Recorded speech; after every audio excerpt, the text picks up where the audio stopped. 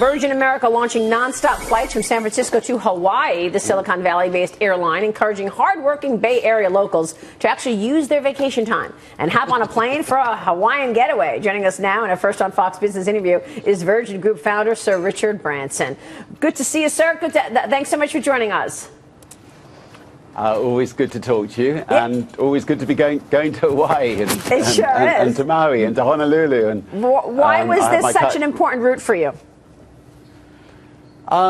Well, there's a lot of Virgin America flyers who like to redeem their air miles, and the place they love to redeem them most, I think, is Honolulu or Maui. And you know, Virgin America's going great. Very proud of the airline, and I suspect we should have done this years ago. But anyway, at least we're finally there, and looking forward to getting on the plane and getting down there tonight. Richard, obviously it's a great idea, getting on a plane, going to Hawaii. Let me get your take on how many people are doing that and how you would assess business today. We've been having a debate on really how strong this economy really is. What are you seeing? I think it's stronger than Governor Christie just said. I mean, you've had a tiny little blip in last month's figures, but generally speaking, I think America's doing well. You've got low fuel prices right now, which I think will start to benefit people, throughout the country more and more. And you know, I don't think that there's going to be any major hiccup. I think America's in a strong position, and I think can go stronger from here. So my own feeling is you don't have a lot to worry about. I'm going to open it up to the panel in a moment, but let me give you a congratulations here on once again being named Best U.S. Airline by Condé Nast Traveler magazine. That's got to be a big deal for you. This is the 8th year in a row. What is it that travelers want that you're obviously responding to? Well, we just have a magical 5,000 people who work for Virgin America. We have young planes. We have young spirit of all the team that work there, and they deliver. I mean, great Wi-Fi, great food, great everything, great lighting, and it's a fun airline to fly. So, and obviously Condé Nast is the most respected sort of when it comes to awards, and 8 years in a row is pretty damn good. So, Richard, here's Keith McCullough from Hedgeye. Go ahead, Keith. Richard, I love it. All my friends love it too, flying the West Coast. If you fly from New York to the West Coast, they take Virgin America. And the one thing you said, and I'm interested in how you get it to where it needs to be faster, is that you wish you started it earlier. Can you get it to where it needs to be faster in terms of routes? Well, can we start more routes quicker? Yeah, I mean, David Cush, who runs Virgin America, I think is more prudent than I, and he's proven to be right. He's just built brick upon brick, and it's worked. And the airline industry can be quite perilous. So I might be. I might be keen to go to Hawaii myself, but I'll leave it up to him to decide when we should actually fly. Anyway, great to finally be there. Richard, it's Dagan McDowell. Why don't more airlines get it?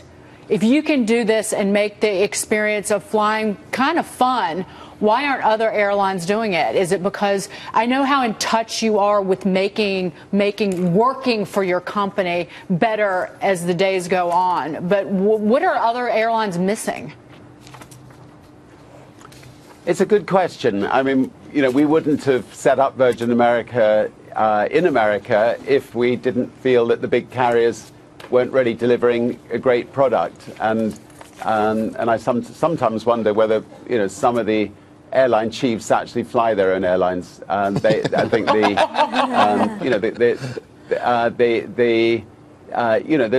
there's quite a lot missing in quite a lot of the airlines. I think if you don't give your crews and your staff the tools to do a good job, they then don't smile, and therefore then the passengers don't have a good experience, and it ricochets on downwards. And we're lucky because we started with Virgin Atlantic about 30 years ago, and that's still going strong. And then we did Virgin Australia, and that's done really well. So we've had some experience in setting up sort of quality airlines around the world with great people.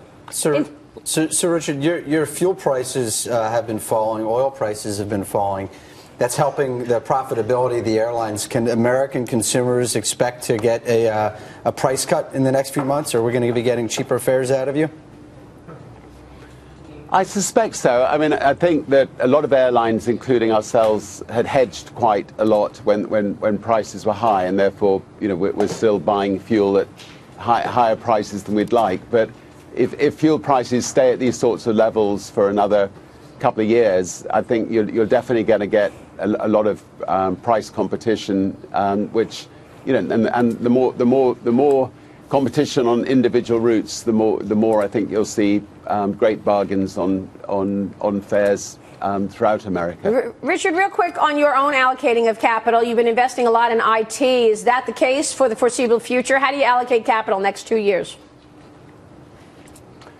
I spread it out, but I met this young lad from a company called Ring yesterday, which is a company that's exploding in America. He just has these doorbells on people's homes, and if somebody comes anywhere near the doorbell, it rings their telephone wherever they are. They may be 3,000 miles away.